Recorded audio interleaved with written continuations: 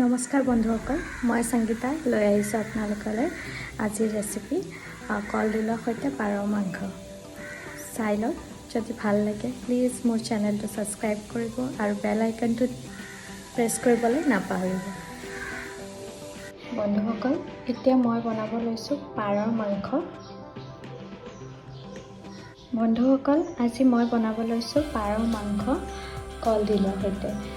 পাৰ মাংস মই হালধি আৰু তেল নিমখ অকণমান দি মিক্স কৰি থৈছোঁ। লগতে মই সৰু সৰুকৈ কাটি থৈছোঁ কলডিল। তাৰপিছত ইয়াত মই পিঁয়াজ লৈছোঁ এটা ডাঙৰ চাইজৰ, আৰু লগতে গোটা জিৰা লৈছোঁ আৰু তেজপাত লৈছোঁ বেছিভাগ, মই এইটো চিঙি লৈছোঁ, আৰু লগতে আপোনাৰ শুকান জলকীয়া এটা ভাঙি লৈছোঁ। আৰু এয়া হ'ল মছলা ৰেডি কৰি থৈছোঁ। ইয়াত লৈছোঁ মই ধনিয়া পাউডাৰ, জিৰা পাউডাৰ আৰু মিট মছলা, চিকেন মছলা আৰু গৰম মছলা, লগতে ৰেড চিলি পাউডাৰ আৰু আলু মই কাটি থৈছোঁ। আলু নহ'লেতো মাংসৰ সোৱাদ নহয় ভাল, তো মোৰ কাৰণে আলুটো লাগিবই। চ' মই আলু ৰেডি কৰি থৈছোঁ। আৰু এইটো হৈছে আদা, নহৰু আৰু জলকীয়া, লগতে আপোনাৰ কেইটামান মই জালুকৰ গুড়া দি দিছোঁ, ইয়াতে আছে মিক্স হৈ। তো মই এতিয়া বনাবলৈ ষ্টাৰ্ট কৰিম। এতিয়া মই কেৰাহীটো বহাই দিছোঁ, অলপ দেৰিলৈ গৰম হ'বলৈ দিওঁ। কেৰাহী মোৰ গৰম হৈ গ'ল, মই ইয়াতে মিঠাতেল দি দিছোঁ। এতিয়া মিঠাতেলখিনি গৰম হোৱাৰ পিছত মই বাকী বস্তুখিনি দি আছোঁ। তেল গৰম হৈ গৈছে, এতিয়া ইয়াত মই কাটি থোৱা আলু কেইটামান ভাজি ল'ম।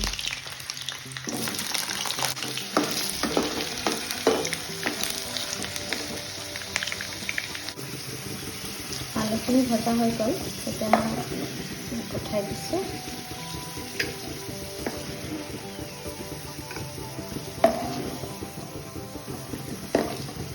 ইয়াত মই তুলি দিছোঁ। এতিয়া এইখিনি তেলত এতিয়া মই বাকী মছলাখিনি দি দিম। ইয়াত প্ৰথমে দিছোঁ মই গোটা জিৰা,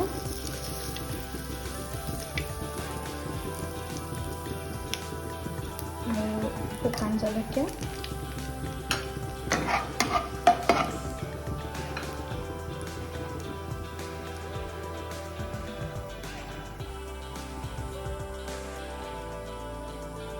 এতিয়া দিছোঁ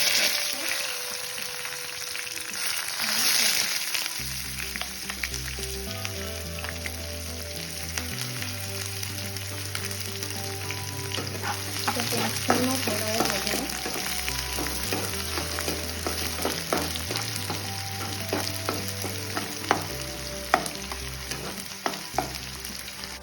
পিঁয়াজটো ভাজি থাকোঁতে অকণমান নিমখ দি দিব, তেতিয়া পিঁয়াজখিনি কোমল হ'ব আৰু খাবলৈও টেষ্টি হ'ব।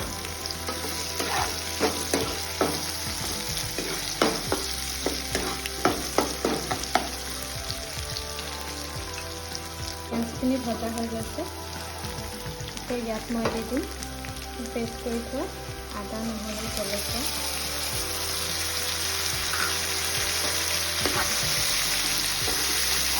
এতিয়া ভাজিবলৈ দি এতিয়া মই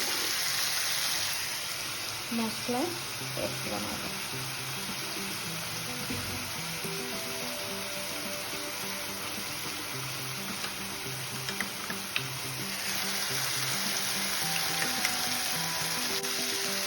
এতিয়া মই ইয়াত মছলা পেষ্টখিনি দি দিছোঁ।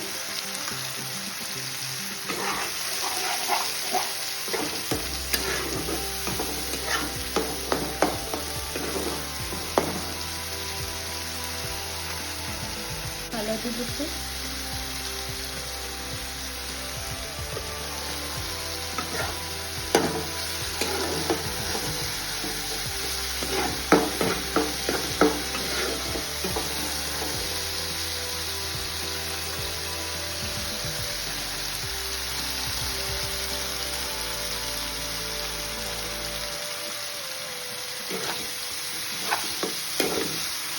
মছলাখিনি ভালদৰে ভাজি ৰেডি হৈ গ'ল।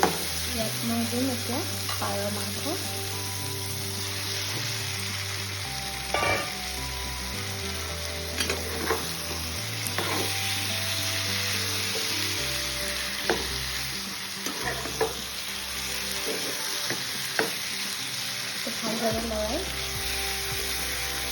ধুনীয়াকৈ ভাজিবলৈ থাকি আৰু লগতে ৰাখিছোঁ ভাজি থোৱা আলু।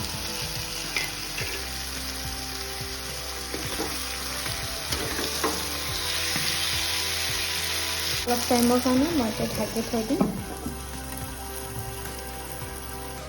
এতিয়া ঢাকনিটো গুচাই এবাৰ চাই লওঁ।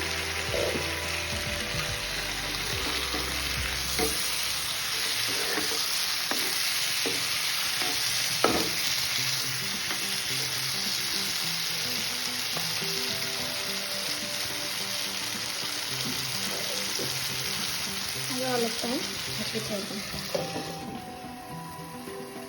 মাংসখিনি ভজা হৈ গ'ল, তেতিয়া মই দি দিছোঁ কলডিল কাটি থোৱা। কলডিলখিনি মিক্স কৰি দিলোঁ। এতিয়া সোৱাদ অনুসৰি অকণমান নিমখ দি লৈছোঁ, কাৰণ নিমখটো মই মাংসত দি লৈছিলোঁ, কমকৈ দিছোঁ। আপোনালোকে টেষ্টটো চাই কিনে দিব। মিক্স কৰি দি আছোঁ। এয়া ঢাকি থৈ দিম অলপ টাইমৰ কাৰণে। এতিয়া এবাৰ ঢাকনিটো খুলি চাওঁ কেনেকুৱা হ'ল। দেখিবলৈ ধুনীয়া হৈছে, খাবলৈ ধুনীয়া হ'ব লাগিব। একচুৱেলি মই বনোৱাত ইমান এক্সপাৰ্ট নহয়, মোৰ হাজবেণ্ডে খাই ভাল পায়, চ' মই বনাবলৈ শিকি গৈছোঁ অলপ অলপ মোৰ ষ্টাইলত। এতিয়া মই ইয়াত পানী দি দিছোঁ। এনেও কলডিলৰ লগত জোল হ'লে বেছি ভাল লাগে, ত' মই জোল হোৱাকৈ ইয়াত পানী দিছোঁ।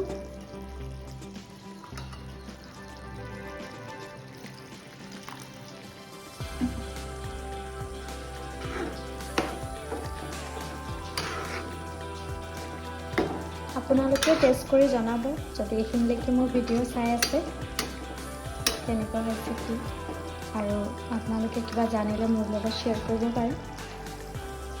ঢাকি দিছোঁ। ঢাকনিটো গুচাই এবাৰ চেক কৰি লওঁ মাংস কেনেকুৱা হ'ল।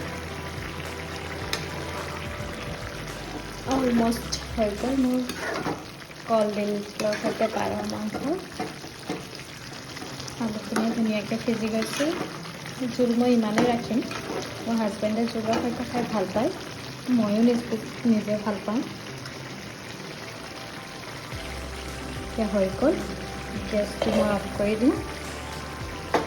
আৰু কেনেকুৱা লাগিছে আপোনালোকে বনাই খাই মোক জনাব দেই। Thank U.